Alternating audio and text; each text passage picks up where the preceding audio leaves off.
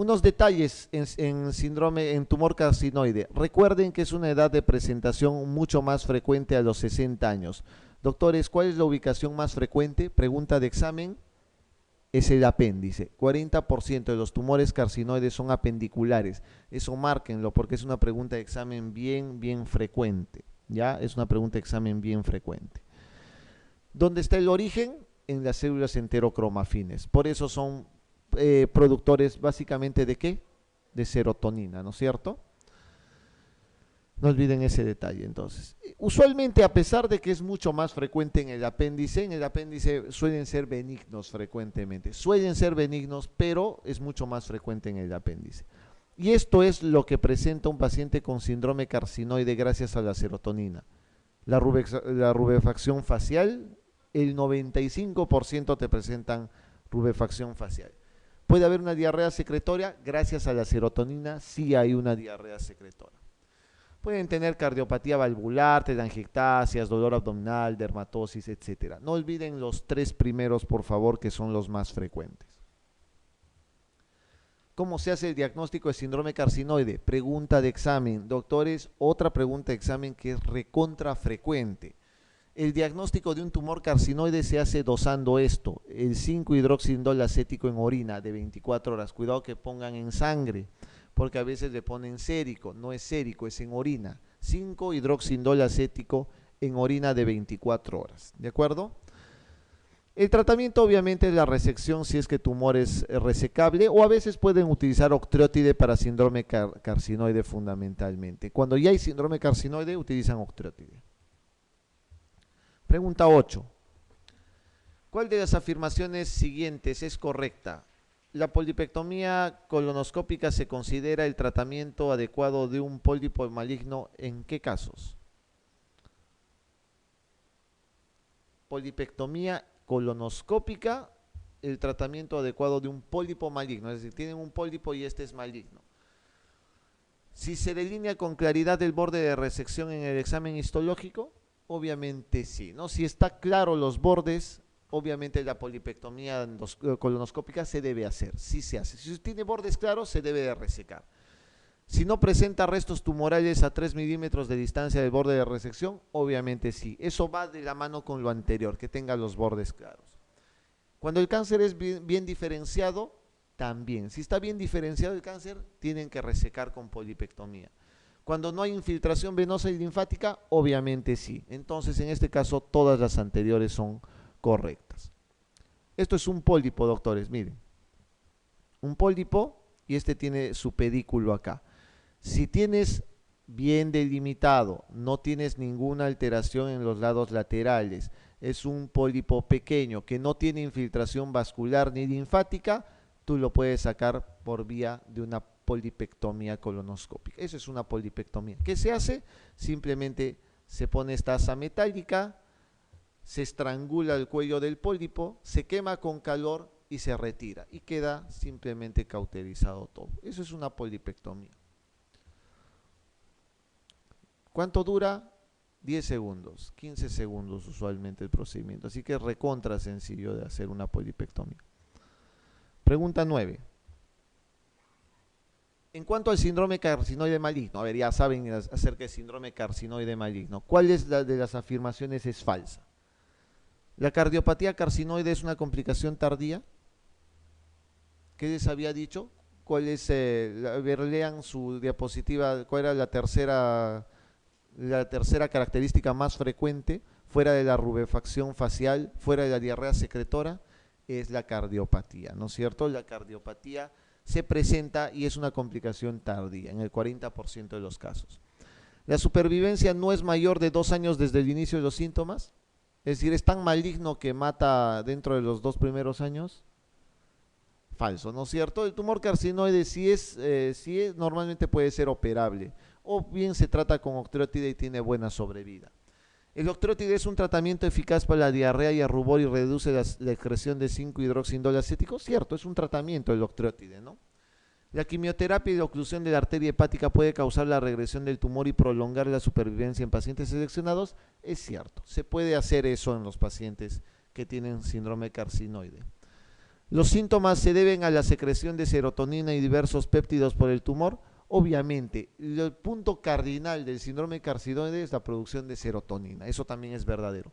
La que es falsa es la B, ¿no? En este caso, la supervivencia suele ser mucho mayor, no suele ser tan maligno en este caso. Pregunta 10. Durante una colonoscopía de vigilancia en una mujer de 75 años con antecedentes de pólipos colónicos, se encuentra una lesión de angiodisplasia, ¿ya? ¿Cuál de las siguientes describe mejor el tratamiento para esta lesión? ¿Cuál es el tratamiento de una angiodisplasia en una paciente de 75 años? Se debe quemar, ¿no es cierto? Deben hacer una termocoagulación. ¿Con qué? Básicamente con argón plasma. Se debe de quemar, es decir, simplemente se dispara y se quema con el argón la angiodisplasia, ese vasito. Obviamente no se dan fármacos hormonales, la lesión debe caracterizarse en la colonoscopía. ¿Es necesario realizar hemicolectomía? No, no se necesita una hemicolectomía para eso. La angiodisplasia es un vaso tan pequeño que se puede quemar sin problema. No debes de biopsiar, como es un vaso con una malformación vascular, si biopsias empieza a sangrar por todo lado, ¿no? Pregunta 11. Un varón de 25 años presenta unas manchas en la mucosa labial y se le extirpa un pólipo colónico que resulta ser amartomatoso. ¿Cuál de las siguientes afirmaciones es correcta? Doctores, ¿de qué estamos hablando en este caso? ¿De qué tipo de patología? ¿Cuál de los síndromes de poliposis colónica que hemos visto al inicio es? 25 años y le encuentran manchas en mucosa labial y un pólipo amartomatoso. ¿Cuál es? El típico Peutz-Jeghers. Es lo que les he dicho, un Peutz-Jeghers, ¿no es cierto? ¿El paciente debe someterse a colectomía en un Peutz-Jeghers? ¿Sí? ¿No? No es cierto, ¿no? El paciente con Peutz-Jeghers no necesariamente tiene que ir a colectomía. ¿Es necesario hacer sigmoidoscopía a los familiares? En este caso no hay necesidad de hacerlo. Recuerden que el paciente está propenso a obstrucción. Sí, les había mencionado en un momento que el paciente con Peutz-Jeghers puede hacer obstrucción, puede hacer intususcepción y puede hacer incluso hemorragias. No olviden ese detalle. ¿El enfermo puede tener tumores en la piel?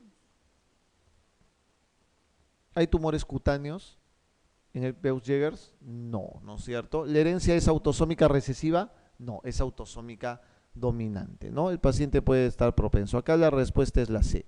No olviden otra vez mucosa oral que está manchada, hiperpigmentada y pólipos amartomatosos hasta el cansancio. No olviden esto, pigmentación mucocutánea, doctores, autosómico dominante, no es autosómico recesivo, y las complicaciones son hemorragias, obstrucción e intususcepción. Pregunta 12. La enfermedad diverticular del colon es una deformidad adquirida del propio intestino grueso que se asocia con cambios en su fisiología y a veces con complicaciones. A ver. Básicamente para leer y contestar si es verdadero o falso. ¿Afecta con mayor frecuencia a personas de edad avanzada que viven en países bien desarrollados económicamente? Cierto, personas en edad avanzada, típico. Ahora, ¿que afecte en países bien desarrollados? Sí, también en países en subdesarrollo, también. Pero obviamente es mucho más frecuente en los países desarrollados. ¿Asienta con mayor frecuencia en sigmoides? Cierto, la ubicación más frecuente suele ser la región sigmoidea y de colon descendente luego. ¿Puede cursar con rectorragia del 10 al 30% de los casos? Es cierto, aunque realmente rectorragia muchas veces ya no es, suele ser hematoquesia, pero sí, hay que considerarlo como una rectorragia en este caso, ¿ya? ¿Un absceso intraabdominal es otra complicación? Sí, si obviamente esto se plastrona, puede producirse un absceso intraabdominal. Todas son ciertas en este caso. La respuesta es la E. No olviden, causa más frecuente, siempre de hemorragia digestiva baja, en adultos los divertículos. Estos son los divertículos, miren, orificios diverticulares múltiples, pueden sangrar, obviamente, se pueden fisurizar, se pueden infectar también. Esto es cuando un divertículo está sangrando, ¿no? Una hemorragia diverticular. Pregunta 13, facilito, una pregunta ofensiva para ustedes. ¿La anomalía congénita más frecuente del intestino delgado es? ¿Dudas? No creo que tengan dudas, ¿no es cierto? ¿Cuál es? El Meckel, ¿no es cierto? Ya habíamos hablado del divertículo de Meckel. Pregunta 14. Dentro de la etiopatogenia del cáncer colorectal, ¿no se ha encontrado una relación causal directamente con? ¿Relación causal con quién? Cáncer de colon, ¿con quién no se asocia? ¿Se asocia con el Helicobacter? Nada que ver, ¿no? El Helicobacter se asocia a cáncer gástrico. Es una pregunta, si es bien cierto, es una pregunta de San Marcos, pero es una pregunta bien sencilla. Bacteriemia por Streptococcus, sí es cierto, se asocia con bacteriemia por Streptococcus, sin embargo, no se ha demostrado la asociación causal directa, ¿ya? ¿Adenomas vellosos? Sí. Recuerden que los adenomas pueden ser tubulares, tubulovellosos y vellosos. Y los vellosos son los que mayormente suelen ser malignizados, ¿no? Se malignizan más. Colitis ulcerativa o colitis ulcerosa sí se asocia a cáncer de colon. Ingesta de grasas animales se asocia a cáncer de colon. Acá es el Helicobacter en sí. Pregunta 15. De las poliposis gastrointestinales referidas, ¿cuál tiene la mayor tendencia a malignizarse? Hay una que les he cantado al inicio, que es 100% maligniza. ¿Cuál? PAF, ¿no es cierto? Poliposmatosis adenomatosa familiar, ¿no? La poliposis colónica familiar. Esa es la que mayormente maligniza, siempre. 100% maligniza. Pregunta 16. De las siguientes afirmaciones sobre síndrome carcinoide, ¿cuál es falsa? A ver, ya les he hablado tanto de síndrome carcinoide que hasta ya me cansé de repetirlos. Las preguntas siguen siendo las mismas, así son, todo se repite igual. A ver, ¿la administración de pentagastrina puede desencadenar una crisis de rubefacción facial? Es cierto, el doctor está emocionado ahí entrando. Pase, doctor, tome asiento. Listo. ¿La administración de pentagastrina puede desencadenarse? Sí. ¿El cuadro diarreico puede acompañarse de esteatorrea? Sí, doctor, se puede acompañar de esteatorrea. ¿Puede existir una crisis hipertensiva acompañado de crisis de rubefacción facial? ¿Es hipertensión, hipotensión? ¿Puede asociarse a miastenia? Sí, puede asociarse a miastenia. ¿Los niveles de síndrome de hidroxiindol acético pueden ser normales? Sí, doctores, sí pueden ser normales, tengan mucho cuidado. Los niveles de 5-hidroxiindol acético, si bien es cierto, es algo que está usado para el diagnóstico, puede ser normal, tengan cuidado. Puede existir crisis hipertensiva, ahora van a ver. Usualmente en el estudio habitual de una hemorragia digestiva baja, se utiliza con cierta frecuencia gammagrafía isotópica para que se diagnostique un sangrado mínimo de cuánto. Es decir, en líneas generales, digamos en verbo, en jerga, el sangrado digestivo, para que exista positivo en una gammagrafía, ¿de cuánto debe ser? Su número predilecto. Otro que deben de saber específicamente, ¿es suficiente que haya un sangrado de 0,1 mililitros por minuto para que ustedes puedan ver eso en una gammagrafía? Ese es un dato aislado que lo tienen que saber de todas maneras. Pregunta 18. Con respecto al síndrome de Lynch, ¿cuál les parece? A ver ahí.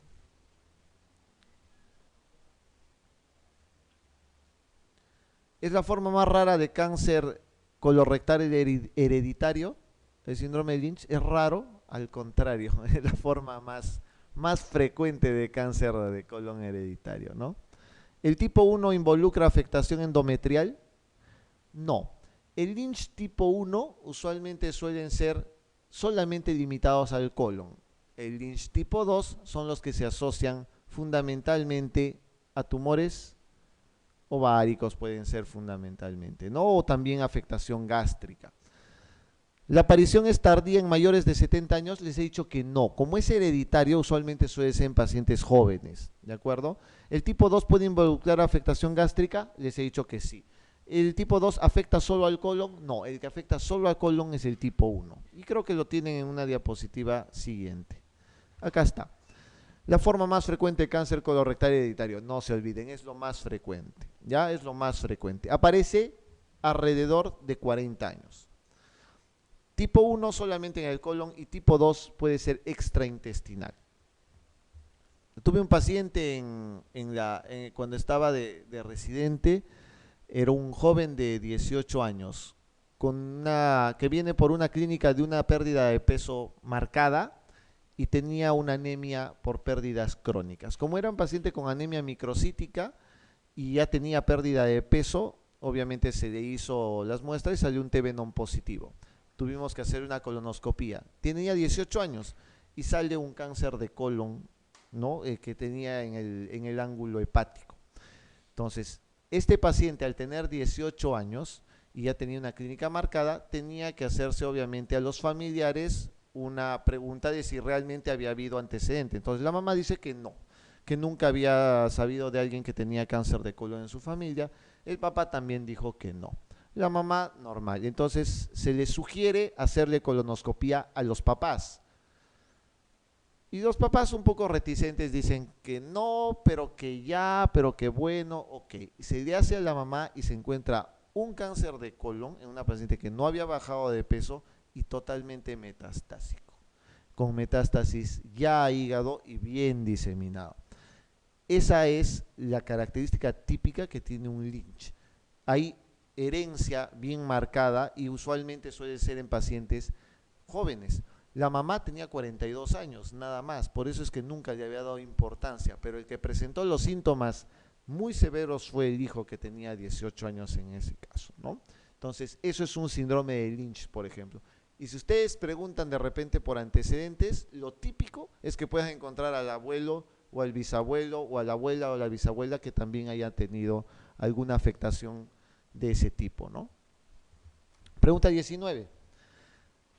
Respecto a los linfomas intestinales, ¿cuál es falso? A ver. ¿Representan el 5% de todos los linfomas?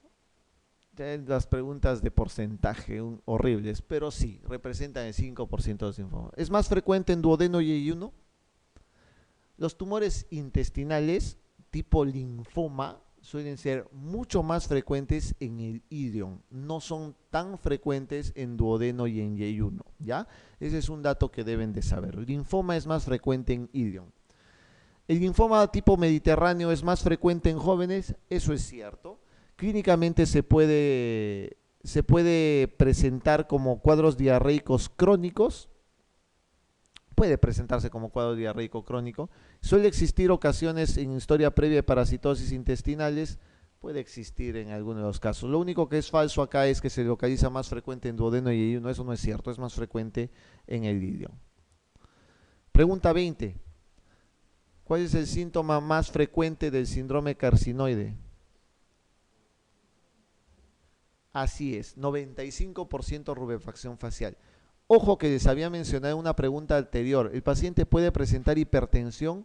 No, el paciente lo que tiene usualmente es hipotensión, ¿de acuerdo? Usualmente lo que tiene es hipotensión. Acá la respuesta es la C. Pregunta 21. ¿El tumor benigno de hígado que tiene origen mesenquimal es? ¿Cuál es el tumor hepático benigno que tiene origen mesenquimal?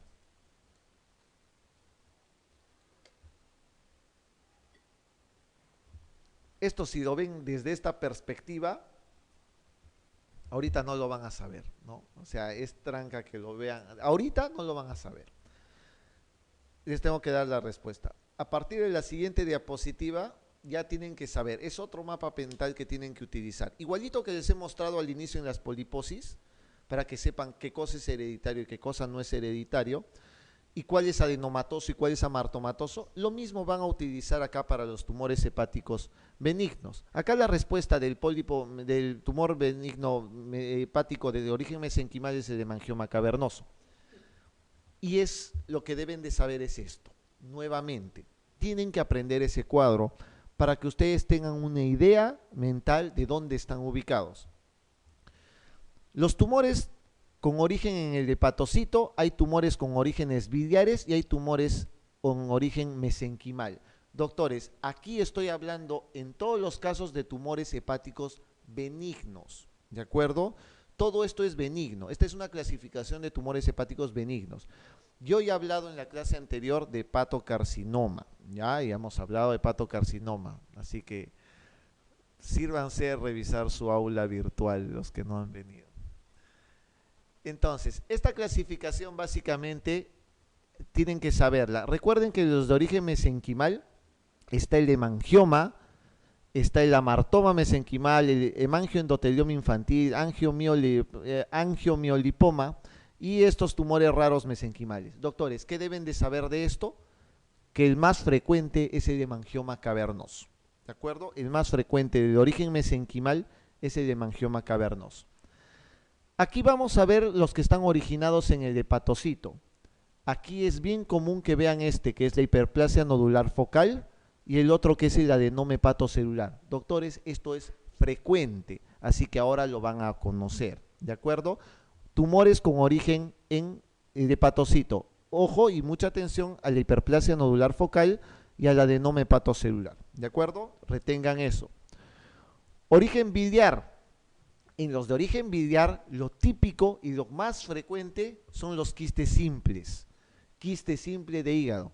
Eso que ustedes muchas veces encuentran a un paciente de 40, 50 años que les trae su ecografía y dice, doctor, tengo un quiste en el hígado. Lo más frecuente es que sea un quiste simple y tiene su origen biliar. ¿De acuerdo? Los otros serán este amartoma biliar que se llama complejo de Mond-Weierburg, que es recontra raro, o el cistadenoma biliar. Me retienen los detalles entonces más importantes. En origen de hepatocito, mucha atención a lo que es hiperplasia nodular focal y a lo que es adenoma hepatocelular. En origen biliar, quiste simple. Y en origen mesenquimal, al hemangioma cavernoso. Eso es lo que tienen que retener mentalmente. Por favor, no convulsionen. Eso me retienen mentalmente. A partir de eso vamos a ver entonces las siguientes preguntas. Doctores, ahora que ya saben, ya tienen la idea, ¿cuál es el tumor hepático benigno más frecuente del hígado?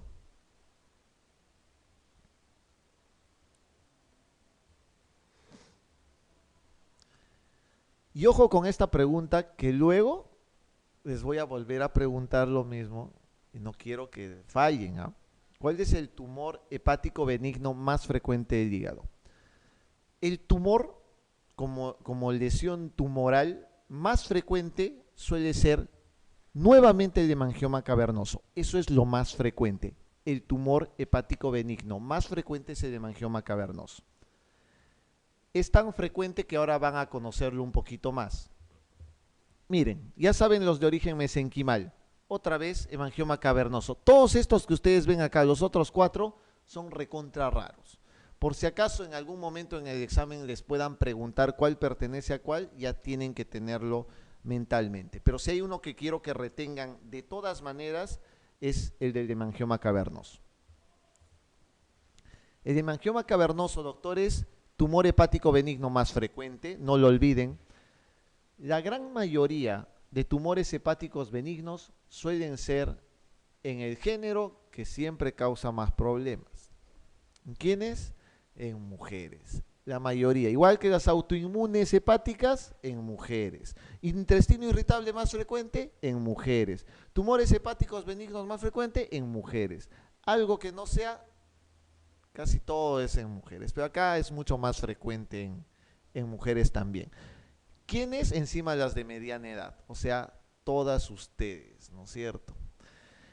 El hemangioma cavernoso típicamente puede ser un tumor que puede ser bien pequeñito, puede medir 1 centímetro, como puede llegar incluso a medir hasta 20 centímetros. Cuando son pequeños y cuando son menores de 5 centímetros, usualmente no tienen ninguna molestia, por eso suele ser benigno. Pero cuando tiene un tamaño más de 5 centímetros, ya puede ocasionar algunas molestias como dolor abdominal y mucho menos frecuentemente, sangrado. ¿De acuerdo? Doctores, aprendan la característica. Luego les voy a mostrar, creo que tienen, bueno, ahí en sus separatas el cuadro, pero les voy a mostrar luego eso. No olviden que tiene un color purpúrico, es color púrpura. Eh, Muy pocas veces es múltiple, solo en el 10% de los casos es múltiple. Usualmente es único, ya el hemangioma cavernoso usualmente es único. Microscópicamente las paredes vasculares de la capa única de células endoteliales, ojo con eso, que puede ser una pregunta del examen. Usualmente ese tipo de detallitos que son independientes suelen ser preguntados en el examen. Tiene esto que son los receptores estrogénicos. Por ese motivo es mucho más frecuente en mujeres, ¿de acuerdo? Porque tiene receptores de estrógeno. Y por ese motivo, ustedes recuerden que una mujer cuando se embaraza tiene mayor producción de estrógenos. La placenta produce también estrógenos, por consiguiente el hemangioma puede crecer, ¿de acuerdo? Si una mujer está recibiendo anticonceptivos orales, también puede tener mayor, digamos, predisposición a hacer crecer su hemangioma cavernoso. ¿Cómo se diagnostica? Fácilmente por una ecografía o por una tomografía se puede hacer, se hace, no hay ningún problema de diagnóstico. Pero si les preguntan cuál es el más sensible y específico, es la resonancia magnética. Es muy diferente preguntar en un examen cuál es lo más sensible y específico a cuál es lo primero que deben hacer ustedes. ¿De acuerdo?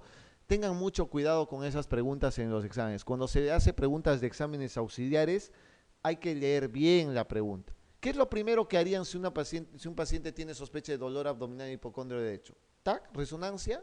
No, lo primero que haces es una ecografía. ¿Y puedes diagnosticar con eso un hemangioma cavernoso? Sí, sí lo pueden hacer. Pero ¿qué es lo más sensible y específico? Lo más sensible y específico es una resonancia magnética en este caso. Ojo a esas cositas, ¿ya? Miren, el hemangioma puede verse de esta manera. En una fase arterial, es decir, cuando recién ha empezado la fase de captación de contraste, se puede ver esta lesión. Miren, cómo se ve el vaso nutricio acá en un hemangioma. ¿De acuerdo? Eso es lo que suele verse, una captación de contraste periférico, ¿no? Miren, bien marcado acá por la flecha. Cuando se ve en la fase venosa, ya se nota acá una especie de región hipocaptante, ¿no? Ya no se ve el vaso inicialmente, que era el vaso nutricio en este caso. Y esto es lo que se ve en una fase tardía. Y esto es lo que finalmente es diagnosticado como un hemangioma cavernoso. Ya no van a ver el vaso nutricio, ven la región hipocaptante y esta parte central es la que le da la característica típica a un hemangioma cavernoso, una zona necrótica central. Eso es un hemangioma cavernoso. Entonces, tienen que pedir para todo tipo de lesiones tumorales hepáticas, tienen que pedir una tomografía trifásica, ¿ya? O una tomografía dinámica. Es decir, que tiene que tener fase arterial, fase venosa y fase tardía, siempre. Para que puedan ver todas esas características bien importantes que tienen estos tumores. Otro diagnóstico se puede hacer por arteriografía, sí es cierto, miren, con una arteriografía se ve la hipercaptación del tumor en este caso, ¿no? En una arteriografía. Miren, captación de contraste periférico, área necrótica central, hipocaptación de la parte un poquito más externa a la región central, un hemangioma cavernoso, grandote, ¿no? Miren, bien grande. ¿Qué se hace con el hemangioma cavernoso? Curiosamente ustedes dicen cirugía, pues no. Usualmente los pacientes que tienen gran tamaño recién podrían ser operados, pero los que tienen gran tamaño y los que tienen sintomatología nada más. Usualmente no se hace nada, usualmente se deja el hemangioma porque no tiene una condición maligna, no es una condición premaligna esa, ¿ya? Se puede utilizar embolización arterial, se puede usar los inhibidores de proliferación endotelial, pero nunca han resultado con mayor éxito. Usualmente entonces, si son tumores pequeños, los hemangiomas cavernosos, se deja. Si son más de 5 centímetros, producen mucha molestia, están muy adoloridos o tienen alguna complicación, se puede resecar o se puede enuclear. Si no se puede sacar, se puede llegar a un trasplante hepático cuando es extremadamente grande. Doctores, ¿Cuál es el segundo tumor hepático benigno de hígado más frecuente?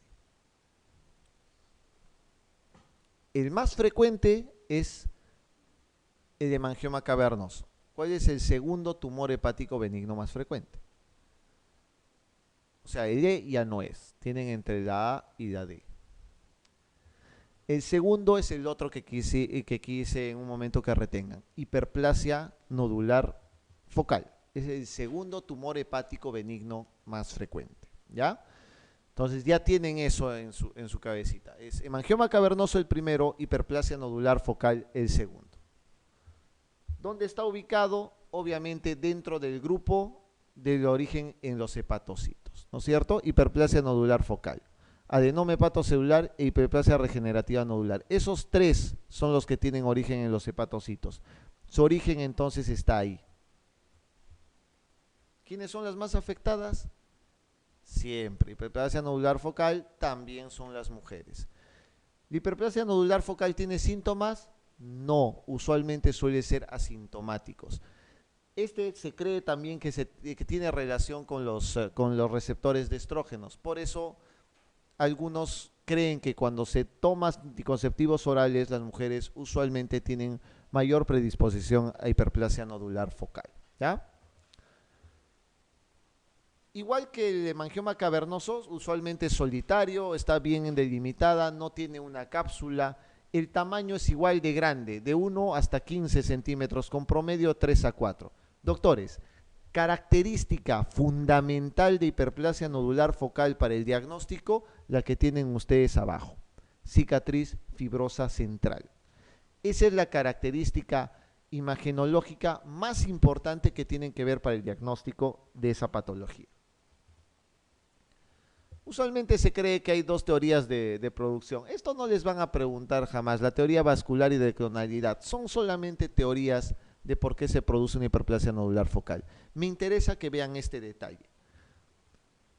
Es una tomografía sin contraste. Si ustedes toman sin contraste y yo le quito las flechas, todos dicen que está normal. O sea, nadie va a ver absolutamente nada. Ahí realmente está delimitado y tienen que tener un ojo así de águila para poder ver realmente, o mucha experiencia para ver ese tipo de lesiones. Si le quito las flechitas, les aseguro que no ven absolutamente nada. Eso es, hay una tomografía sin contraste. Por eso uno debe de pedir una tomografía trifásica. Esto es lo que pasa cuando uno le pide la parte arterial. Miren, gran captación del contraste en fase arterial. ¿Y qué es esto de acá? La característica que les había dicho, una cicatriz fibrosa central. Gran captación en fase arterial. ¿Pueden diferenciarlo ustedes con el hemangioma cavernoso?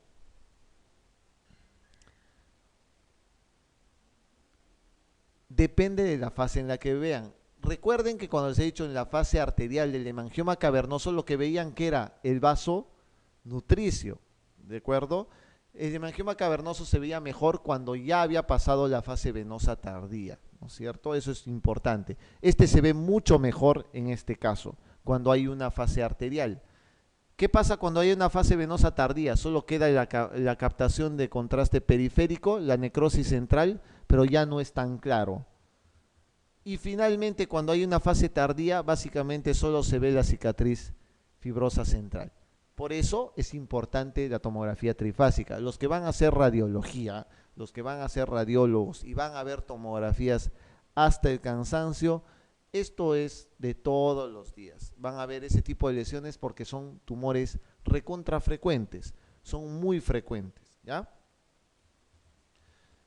Tratamiento, ojo, lo más frecuente es que solamente ustedes lo dejen pasar porque es una lesión benigna, solamente observación, no requiere cirugía, no se maligniza y lo ideal es suspenderle los anticonceptivos orales a la persona que esté consumiendo en este caso, ¿ya? Pregunta 24. Si contestan estas mal, suspendo la clase y me retiro. La lesión hepática benigna más frecuente es ¿cuál? La lesión hepática benigna más frecuente es ¿cuál es? ¿Cuál es? ¿Cuál es la lesión hepática benigna más frecuente? ¿Hay truco o no hay truco ahí? Sí, hay un truco bien sucio en esa pregunta. La pregunta 22, si ustedes han visto, dice, ¿el tumor hepático benigno más frecuente es? Y la respuesta es hemangioma cavernoso. Tumor hepático benigno. La lesión hepática benigna no involucra generalmente un tumor, sino involucra una parte que es quística, ¿ya?